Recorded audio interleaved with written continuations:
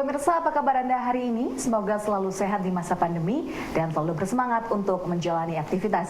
Bagi pemirsa yang harus tetap bekerja di luar rumah, jangan lupa untuk selalu menggunakan masker. Hari ini program Berita Newspoint hadir menjumpai Anda bersama saya, Belinda Amanda. Selama 30 menit ke depan, Newspoint akan menyajikan berita terbaru seputar Universitas Brawijaya dan Malang Raya. Jangan kemana-mana, keep on our channel Newspoint.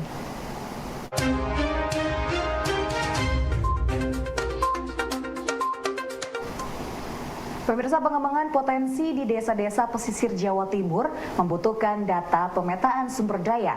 Ketua Prodi Ilmu Kelautan UB, Devri Yona menjelaskan, secara umum desa di wilayah pesisir Jawa Timur memiliki potensi alam dan perikanan, namun masih belum berjalan secara komprehensif.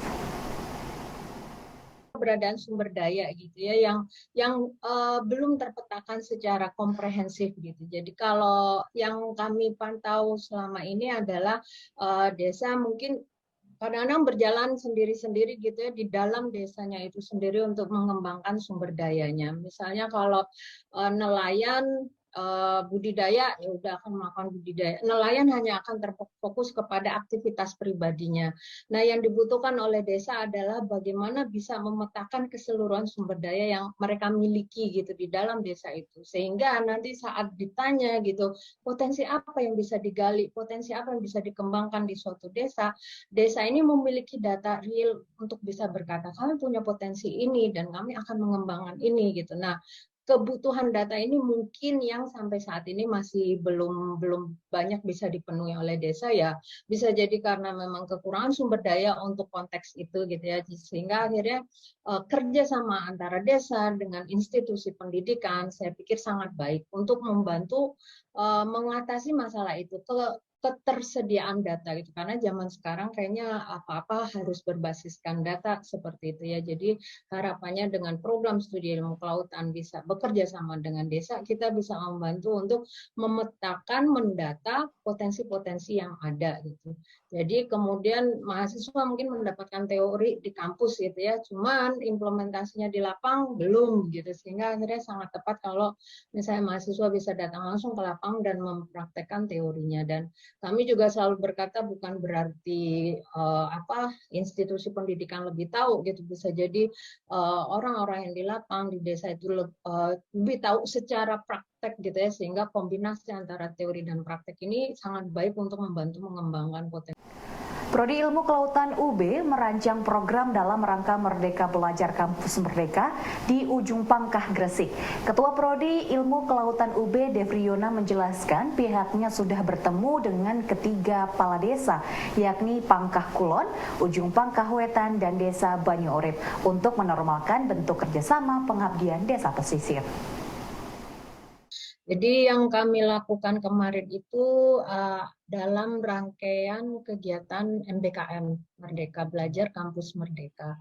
Dan kebetulan program studi ilmu kelautan itu dapat hibah dari rektorat terkait dengan rancangan kerjasama. Rancangan kerjasama Prodi Ilmu Kelautan dengan 3 desa di pesisir Ujung Pangkah, Kabupaten Gresik. Kami ke sana sebenarnya bagian dari tujuan awal gitu ya, untuk bertemu dengan 3 orang kepala desa. Jadi Desa Pangkah Wetan, kemudian Desa Pangkah Kulon, dan juga Desa Banyu Urip. Kenapa kami memilih 3 desa itu? Karena memang terkait juga sebenarnya dengan ditetapkannya ketiga desa itu sebagai bagian dari KEE. Kemudian juga beberapa aktivitas program studi, baik dosen maupun mahasiswa sebelumnya juga sudah banyak dilakukan di desa-desa tersebut, sehingga begitu ada program Merdeka Belajar ini dan salah satu programnya adalah mengabdi di desa, jadi kami ingin istilahnya memperjelas kerjasama antara desa dengan institusi, karena selama ini mungkin lebih banyak kerjasama personal gitu ya antara dosen dengan desa gitu. Jadi sekarang dituangkan dalam bentuk kerjasama secara resmi dan nanti pada akhirnya bisa digunakan untuk kegiatan Merdeka Belajar ini, terutama untuk yang program mengabdi di desa seperti itu.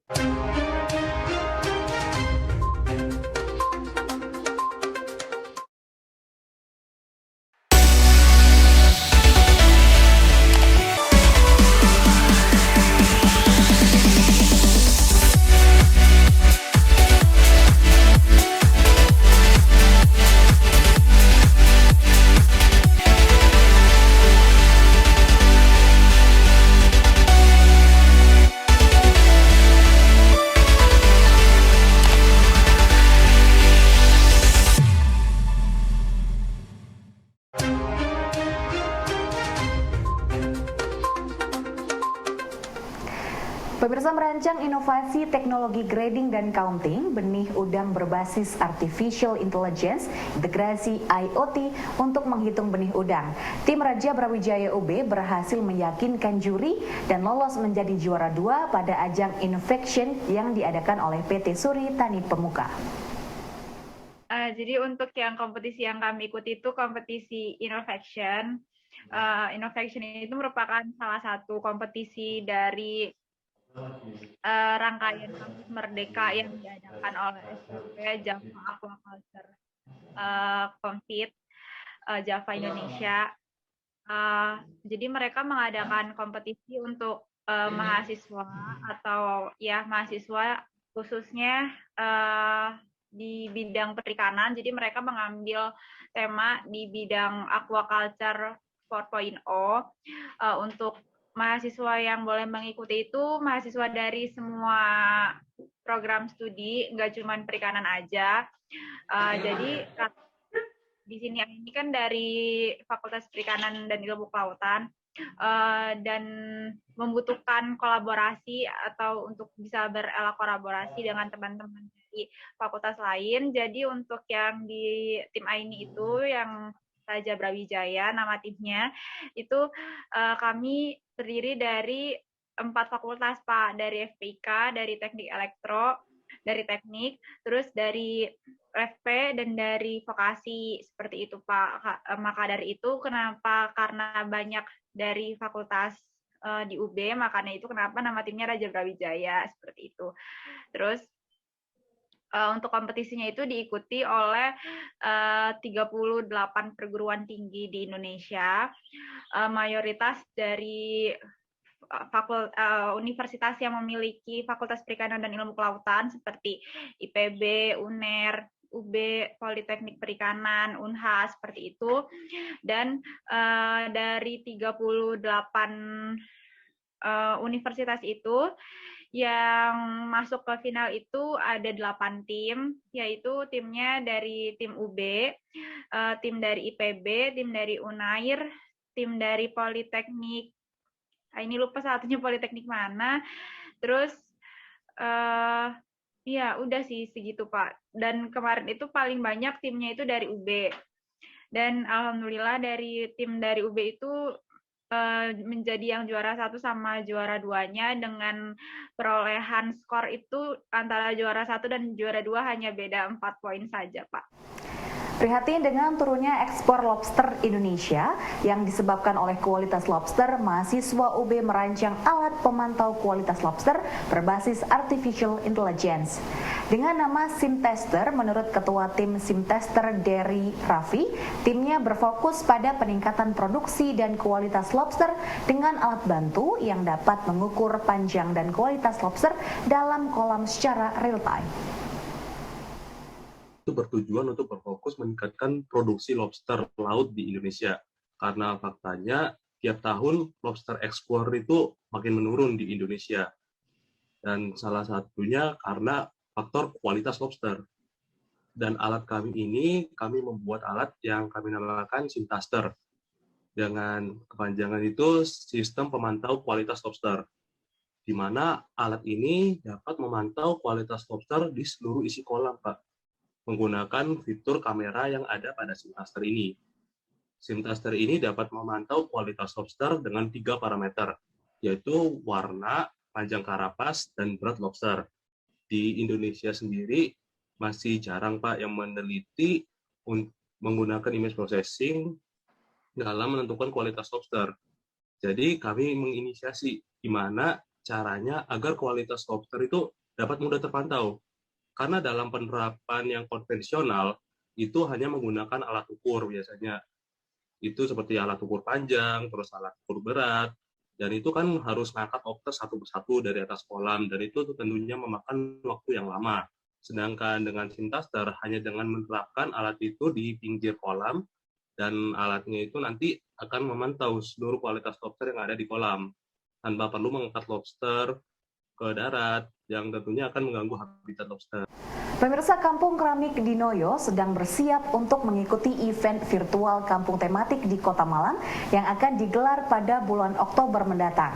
Selain menampilkan promosi sejarah, Kampung Keramik dalam event virtual nanti juga digelar lomba desain produk keramik.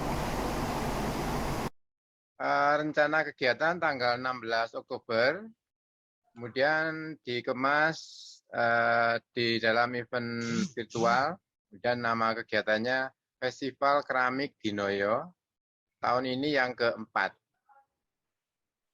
Karena kondisi masih belum mendukung, maka acara dikemas dalam bentuk virtual.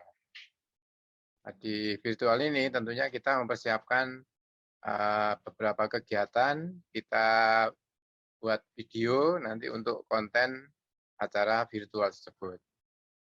Ya mungkin mulai dari sejarah keramik di Noyo, kemudian bagaimana pengrajin di sini membuat keramik, kemudian ada potensi destinasi wisata di kampung keramik ini.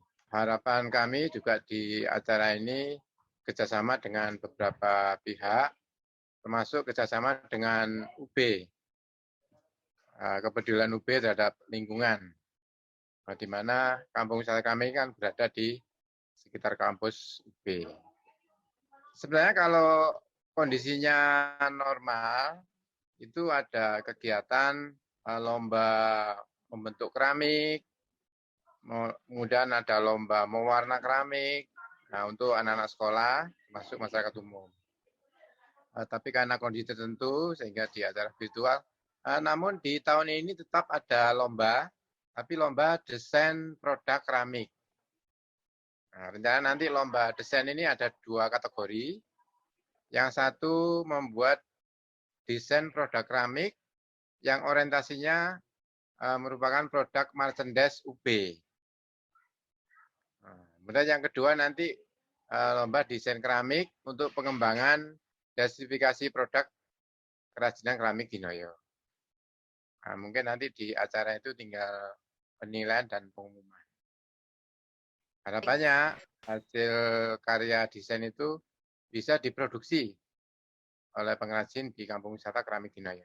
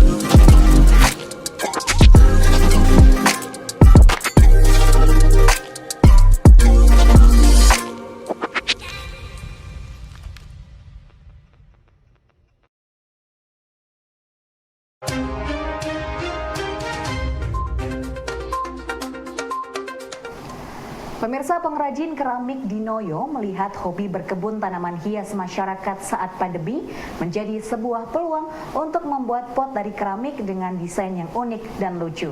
Permintaan pot melalui media sosial berdatangan dan memberi nafas bagi para pengrajin keramik di Noyo untuk bertahan di masa pandemi.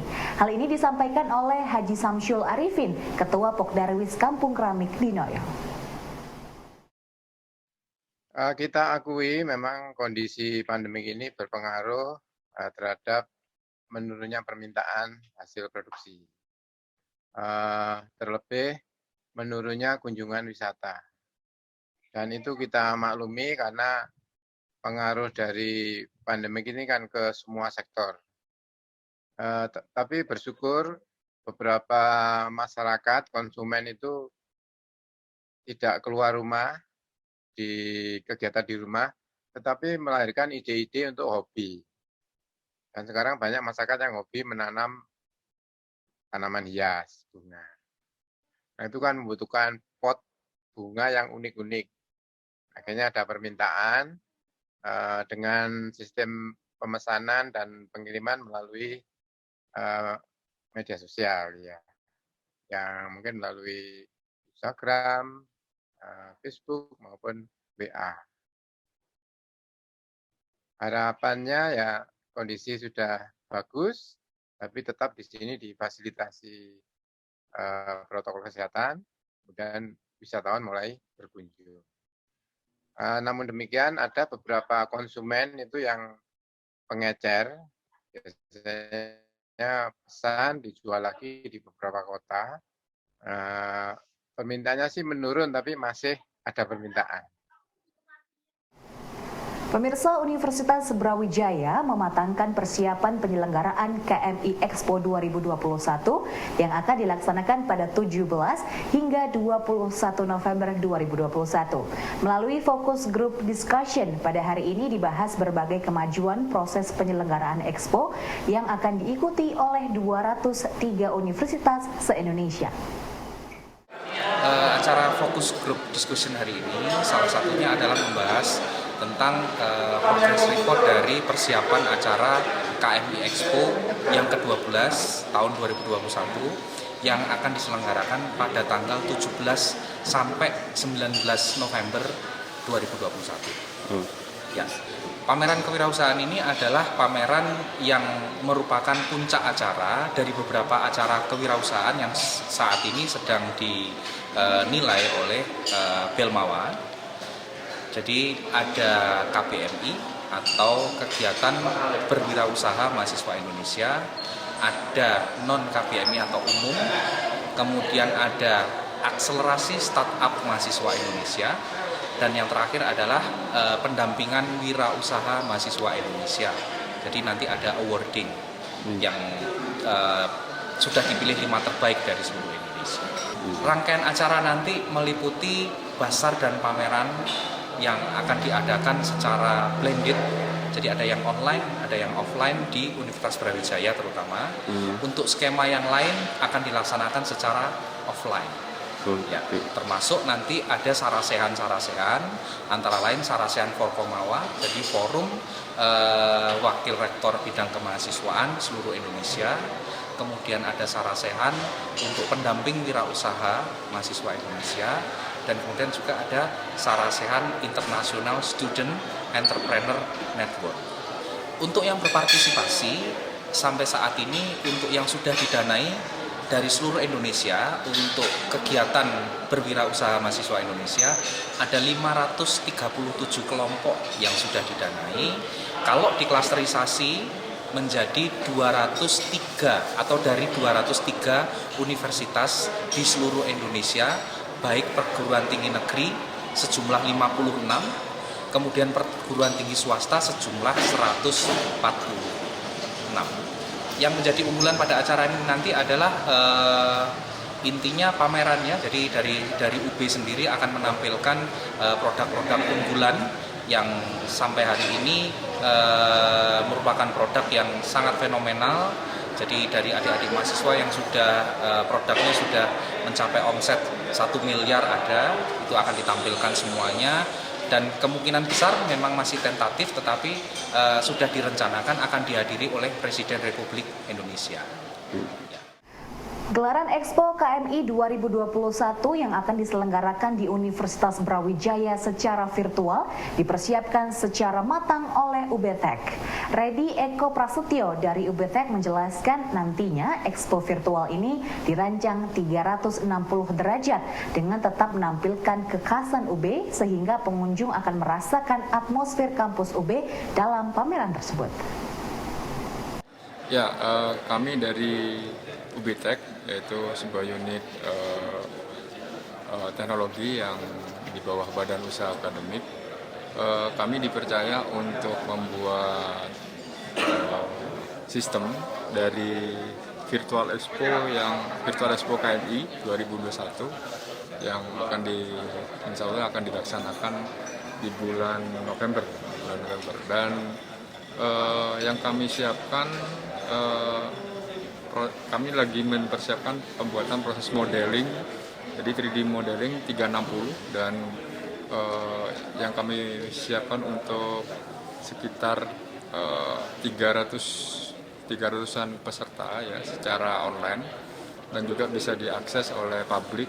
Bagaimana pengunjung pameran tersebut bisa mengunjungi di laman domain yang sudah kami siapkan. Sehingga pada kondisi ini konsepnya blended antara luring dan daring. Jadi kami dipercaya untuk menggawangi di konsep expo virtual online-nya. Ya, jumlah booth-nya sekitar 300-an ya, sekitar 300 booth dengan tampilan atau visual secara konsep